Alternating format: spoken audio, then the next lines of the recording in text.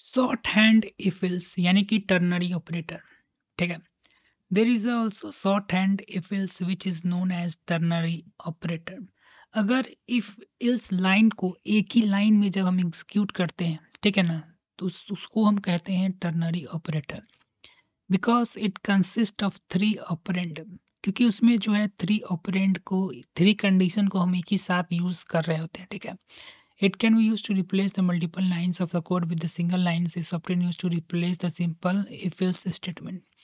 If if-else statement को ही जब हम सिंगल लाइन में रिप्रेजेंट करते हैं एक नए ऑपरेंड के साथ, एक नए थ्री ऑपरेंड के साथ, तो हम जो है टर्नरी ऑपरेटर से कहते हैं। इट कैन बी यूज्ड, इसका हम यूज करते हैं इफ एल्स में जो मल्टीपल लाइन लिखा जाता है उसको हम जो है एक ही लाइन में समेट सकते हैं विद द टर्नरी ऑपरेटर।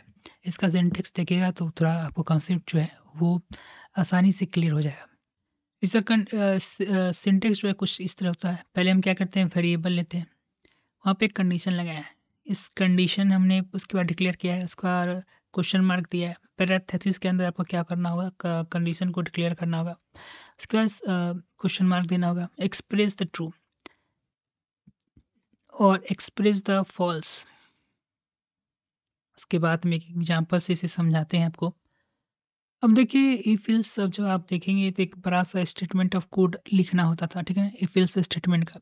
लेकिन उस हम अगर छोटा कोड है तो हम टर्नरी ऑपरेटर की मदद से उसे एक सिंपल लाइन में कन्वर्ट कर सकते हैं। अब देखिए यहाँ हमने एक कंडीशन पहले हमने डिक्लेयर कर दिया है, पहले वेरिएबल हमने डिक्लेयर किया है, उसका कंडीशन बना दिया कि टाइम जो है अगर 18 से कम है तो ये प्रिंट कर दो, अगर 18 से कम नहीं होगा तो उसके बाद ये प्रिंट हो जाएगा, जैसा कि इफ एल्स ऑपरेटर में होता था, ठीक है ना।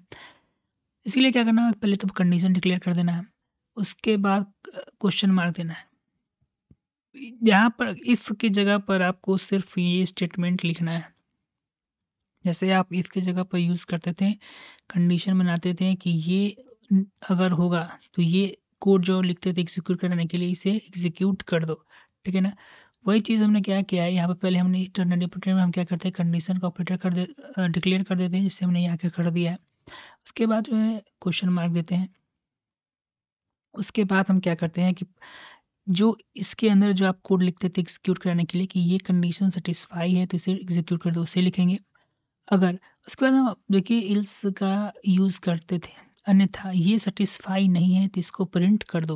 उसके बाद इल्स स्टेटमेंट को कुछ हम इस तरीके से लिखेंगे और यहाँ सेमी कोलन से इसको क्लोज कर देंगे, ठीक है। तो हमने लिखा है कि टाइम जो है 18 से कम हो तो 20, हम टाइम जो लिया है वो 20 लिया है, यानी 18 से ज़्यादा है, तो फर्स्ट कंडीशन जो हमारा होगा वो फॉल्स हो जाएगा, यानी एग्जीक्यूट नहीं होगा। तो सेकेंड, फर्स्ट नहीं होगा तो इफ एल्स में क्या करते हैं, जो फर्स्ट नहीं हुआ तो अन्यथा गुड इवनिंग प्रिंट कर दो।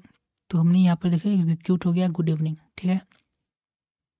देखिए एक इफ एल्स स्टेटमेंट अगर आप लिखते हैं कुछ इस तरह से आप लिखते हैं, यहाँ पर हम कंडीशन डिक्लेयर करते हैं, फिर कोड अंदर लिखते हैं और उसके बाद हम लिखते हैं एल्स, उसके बाद ब्रैकेट, उसके अंदर हमने कोड एग्जीक्यूट, जो ये नहीं होगा तो ये कर दो, हम लिखते थे कोड।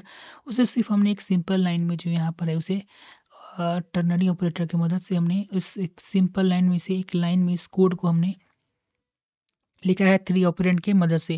पहले हमने कंडीशन करा दिया उसको, इफ जो ये कंडीशन अगर ट्रू हो जाए तो ये कर दो, उसके बाद हमने इल्स का कंडीशन लिख दिया कि ये नहीं ट्रू हो तो आप जो है इसे कर दो। इस तरह से भी आप जो है कंडीशन को डिक्लेयर कर सकते हैं अगर छोटा कोड है तो।